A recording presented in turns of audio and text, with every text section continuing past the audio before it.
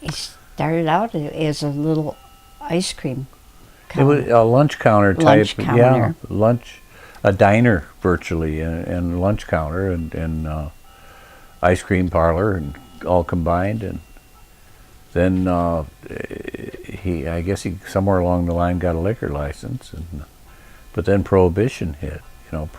Prohibition went from I think 1920 to 1929, somewhere in there. It was a lunch counter and diner where you could get a sandwich or a light lunch, and then booze came into play, and so he got a liquor license, and then Prohibition came in, and he actually ran a speakeasy because he used to make his own bathtub gin. And Well, it was about that time that it became a dance hall, and Yeah. the back room. Well, he always had live music, and it was for dancing. yeah, and he had some of the best musicians in Western New York used to come there to jam after he closed on weekend nights, and so it just kind of grew like Topsy. It started out very small, and he moved from one location to maybe a half a block away to a second location, and that's where it stayed. And then when ballroom dancing went out, coming into the 1940s, bowling started picking up. So he put 4 bowling alleys in the back, and where the dance hall had been, and then during Second World War, I think it was during the Second World War, he put 4 more on, so he doubled the size. We had 8 bowling alleys, and they were filled every night. So, but he worked hard at it. He had a piano there that piano players would kill to play, because the town we lived in was also the hometown of Wurlitzer, and they made pianos and organs like you wouldn't believe. And some of the Wurlitzer guys used to stop in for a beer after work there, and they made sure that piano was tuned right, and it had the best of strings and hammers and everything that went with it. So it was a great piano. I used to have to come home from school and wash about 50 coffee cups because everyone came in there for a cup of coffee. And then I'd have to go in the basement and sort beer bottles, because when the beer men came, you had to have the empties back in the cases, and they took them back. So I sorted beer bottles, and I dusted the alleys. I stuck pins. On Friday night, my dad would call me and say, all the boys went to the football game, Barb, we need you. So I would set pins for double shift men's league, and there were no automatic racks. I had to sit my butt up on the rack to get it down with all my weight. Yeah, I started. How old were you when you? I was 12 when I started, I think, and I was barely heavy enough to pull the rack down. I used to kick my feet while I was hanging onto it to get the rack to come down to set the pins with, because they were all spring loaded. And when you set pins for a men's league, the balls would fly at you, and the pins would fly at you. Because they really... And more knots on my head. It was pins. You bend over to pick up a pin, and another ball would come. They'd want to get that spare, and they wouldn't wait for the kid to get out of the pits. You could make twice as much money sticking pins if you tended 2 alleys. So you'd take 2 that were right next to each other. Well, then there was this maple barrier between them, like a thick wooden wall between the pits areas. But we would cut that down and notch it, cut it down about. So you could jump from one to the other. About a foot or a foot and a half, so you could jump through from one to the other without having to go all the way over the wall each time.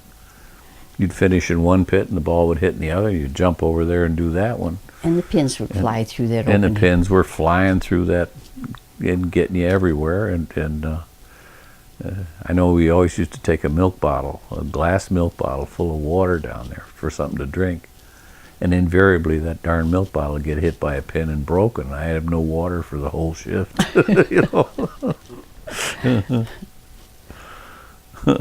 Yeah, bowling alleys are different now. We started out, when I first started, we got 10 cents a game we were paid for sticking pins. Now and then, as time progressed and shortly before Dad sold the place, we got motor operated racks where you just pulled a cord, and a motor took the rack down, set the pins, and came back up. I never got to use oh, those. I used those. Yeah, you were gone by then. You were probably buried. But I probably got more tips than you. Oh, you did. Because they weren't used to seeing a girl do that. No, they didn't tip me because I was slower. With you, they didn't bother. They didn't notice. We didn't have a kitchen in the bowling alley, so all of our meals were taken. We did have a kitchen when we moved there, but after the fire, they built it back up without the kitchen. Yeah, so most of the time we lived there, We had no kitchen. So we ate down at the lunch counter in the restaurant part of the business, and eating in public. And maybe a guy with too many beers hanging over your shoulder saying, "Gee, what are you having for lunch today?" That got a little old. But the highlight was, I guess, in the summertime, we got to go live down in the cottage down at the river. And that was almost a real house. It had a kitchen and all that. So that was I look forward to that every year, going down to that cottage and living there. Yeah. And it makes me, the fond memories that I have of that cottage, and I guess you've said that too, but it makes us even more glad that it's still in the family. Kevin still lives there. It's an important place to us. Yep. We never knew people by their real name, One of my favorites was Allahassen. Yeah. And he peddled vegetables with a horse-drawn cart.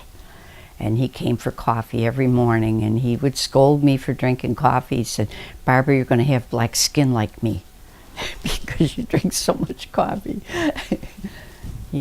He was a dear old soul, and I wished I had asked him more about his country, because when I read the book, The Kite Runners, and there was Allahassen was this young boy's best friend, and it just brought so many memories back.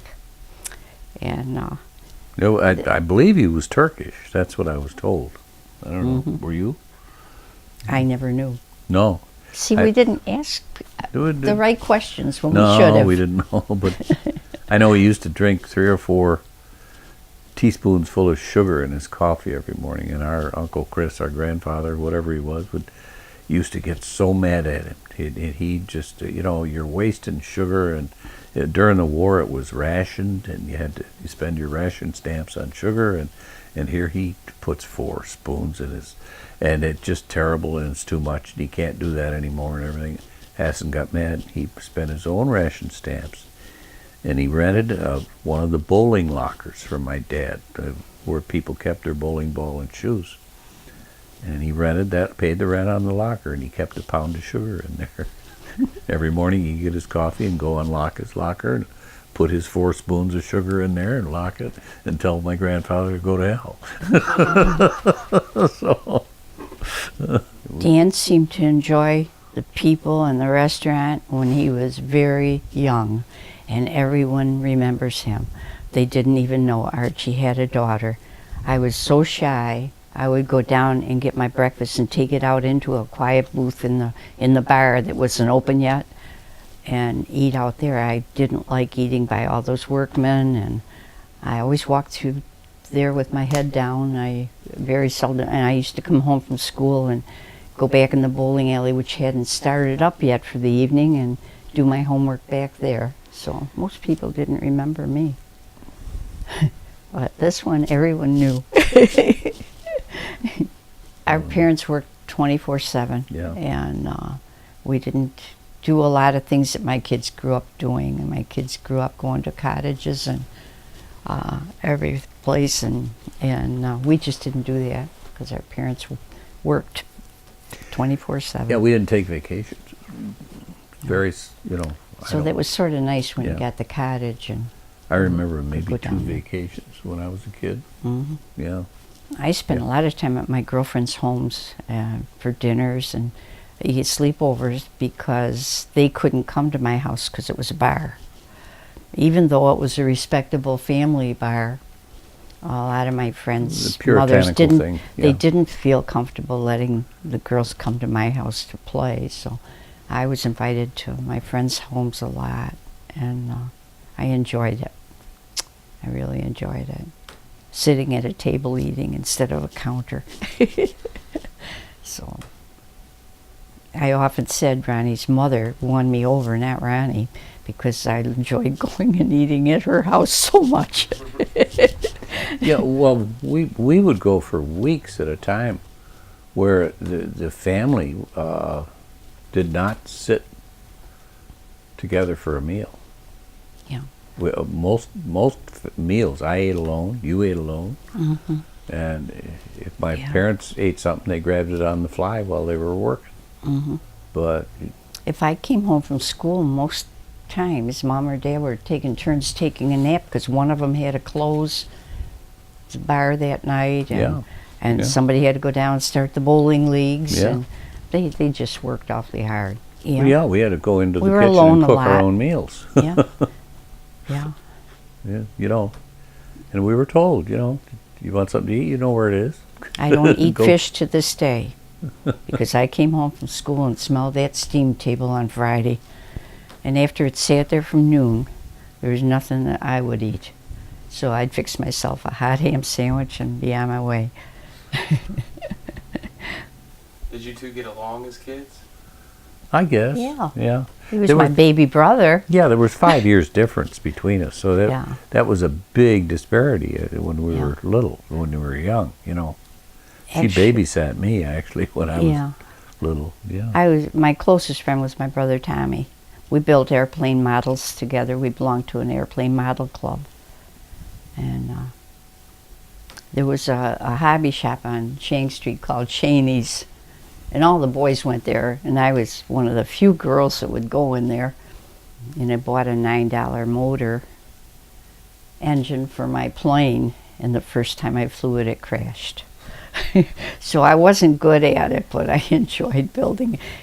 We were probably high on airplane dope and didn't know it. Because we built it in a little tiny hut. In the wintertime, closed In the up. wintertime, it was all closed up. But then, that broke me into refinishing bowling pins with Dad. Oh, And that that varnish. And was in lacquer. the back of that Yeah. lacquer in the back of that alley was pretty strong too. yeah, you It's a wonder we have lungs left. go out of there on your knees to get a breath of fresh air. I think. Yeah. Plus, the restaurant was full of smoke always. We didn't have air conditioning or ventilation for no smoke eaters back then. So you lived in a, And everybody smoked. yeah, everyone smoked. Except me and thee. I did. I smoked I started when I was 15. Oh, did you? Yeah. I never did. A You lot of hear the noise. roar of the ball and the Yeah. crash of the pins. The roar of the ball, crash of the pins. Well, And yeah. times 8, My bedroom was towards the front of the building, so I got the noise from the bar room and the jukebox, the music going all the time.